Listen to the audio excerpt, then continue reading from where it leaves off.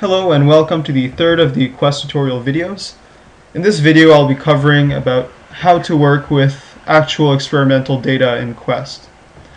So with Quest you can go and File, Open Spectrum, and Quest is capable of reading Bruker type topspin NMR files. So if you go in the directory of Quest and then example 999, you can select this 1R file here, and this is the rhenium NMR spectrum of sodium perrhenate at 11.7 Tesla acquired by Dr. Corey Whitfield. And so you can see that when you open a spectrum it should plot it on the screen right away where it is in a red color. It also loads automatically the lawnmower frequency, center frequency, and spectral width from the experimental data, although you need to change the spin manually. So if I type in the parameters for this spectrum, whoops. So now I'm simulating only one of the two rhenium isotopes, and you can see that there's a fairly good agreement. You can also zoom in to a certain part of the spectrum just by changing the center frequency and spectral width options.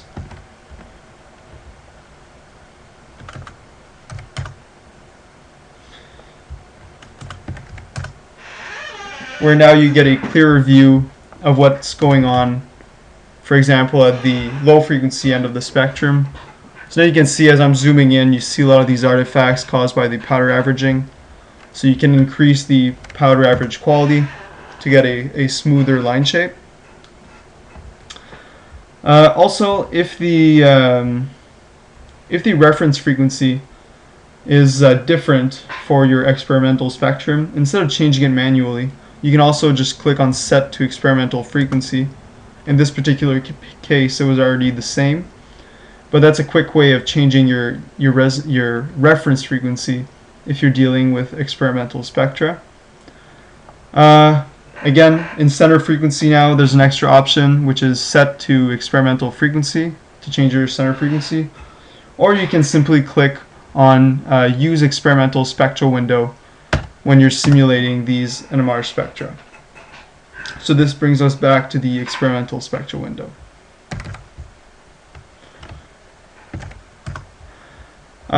Another thing that could be useful, for example, if you have very sharp features in your NMR spectrum, is that you want to change the relative intensity of these two spectra.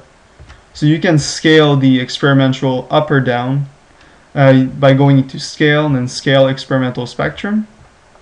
And then you can enter a value by which you want to scale the spectrum. So for example, if I enter 0.7, it should scale down the experimental spectrum by 70%.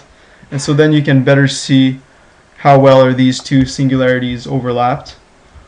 Or again, you can put a larger value, say 2, to look at, well, in this case you don't actually get much information.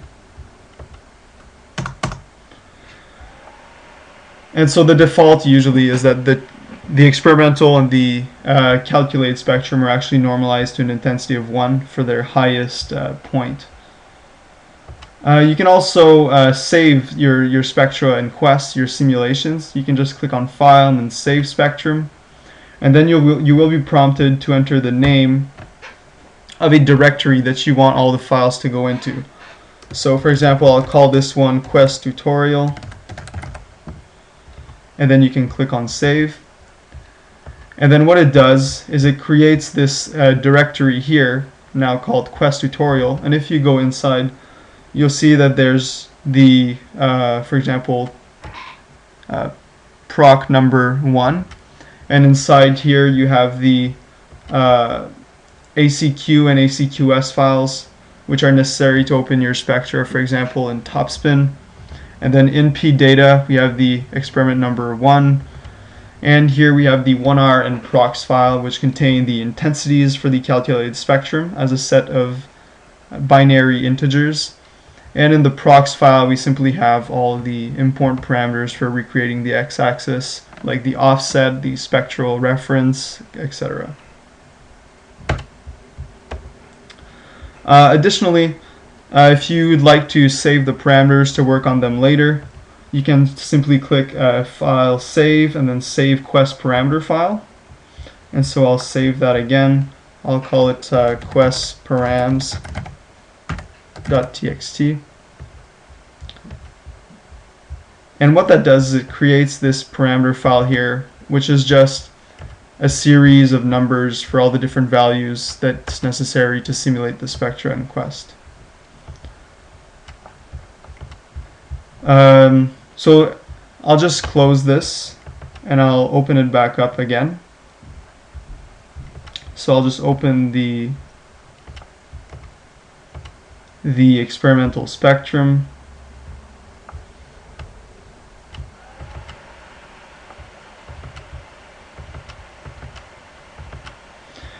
And then you can also read a Quest parameter file that you've saved in the past. So I have one already here for both sites from rhenium.